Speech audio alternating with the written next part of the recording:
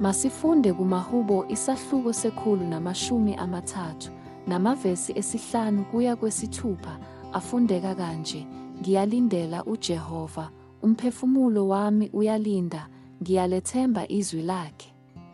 Umphefumulo wami uyalindela iNkosi kunabalindi belindela ukusa. Siyakwamukela kumnikelo, lapho sihlola khona iqiniso elijulile lezwi likaNkulunkulu. Ohambweni lwethu lokholo, ukulinda kungaba okunye okuhlangenwe nakho okuyinselele kakhulu. Nokho, leli iHubo liwuveza kahle umongo walokho okushiwo ukulinda iNkosi. Kusimemela esimweni sokulindela, kusikhumbuza ukuthi ukulinda kwethu akulona ize kodwa kugcwele injongo. Sibizelwe ukuba silindele iNkosi ngomphefumulo wethu wonke, silindele umusa nobubele bakhe. Njengoba nje umlindi elindela ngokulangazela ukuntwela kokusa, nezinhliziyo zethu kufanele zilangazelele ukukhanya kobukhona bakhe. Lokhu kulinda kusekelwe ekwethembeni kokuhlengwa kwakhe okuyinala. UJesu usisindisa kuso sonke isono, kokubili ukulahlwa kwaso nokubamba kwaso phezu kwethu.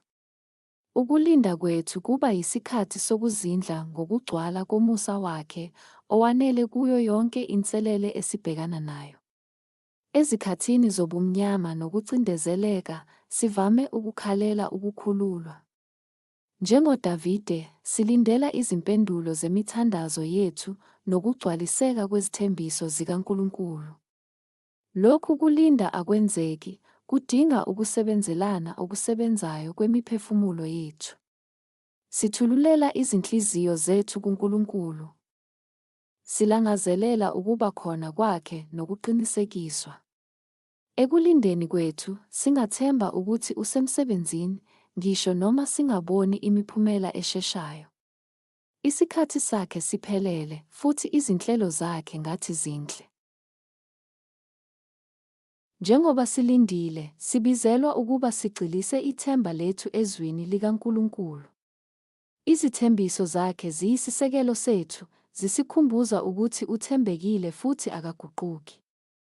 Nakuba singase sibhekane nezinkathi zokungaqiniseki, singaqiniseka ukuthi uNkulunkulu uhlela yonke imininingwane yokuphila kwethu ukuze kuzuze thina. Encwadini yabaseRoma isahluko sesi-8 bayasiqinisekisa ukuthi yonke indalo iyabubula ifuna ukuhlengwa, futhi sihlanganyela kulokho kulangazelela. Kodwa phakathi kokulinda, singathola umusa, amandla, nokuthula ezithembisweni zakhe. Ngakho-ke, uma uzithola usesikhathini sokulinda namuhla, khumbula ukuthi awuwedwa. uNkulunkulu unawe. Gxila ezwini lakhe, thembela ezithembisweni zakhe. Futhi uvumele ithemba lokuhlengwa ligcwalise inhliziyo yakho. Asikhuleke. Baba wasezulwini, kulesi sikhathi sokulinda, sisize ukuba sithembele esikhathini sakho esiphelele. Sengathi singalithola ithemba lethu ligxilile ezwini lakho, siqiniseka ukuthi zonke izinto usebenzela ukuzuzisa thina. Siphe amandla okubekezela kanye nokuthula okudlula ukuqonda njengoba silindele izithembiso zakho. Egameni likaJesu siyakhuleka. Amen.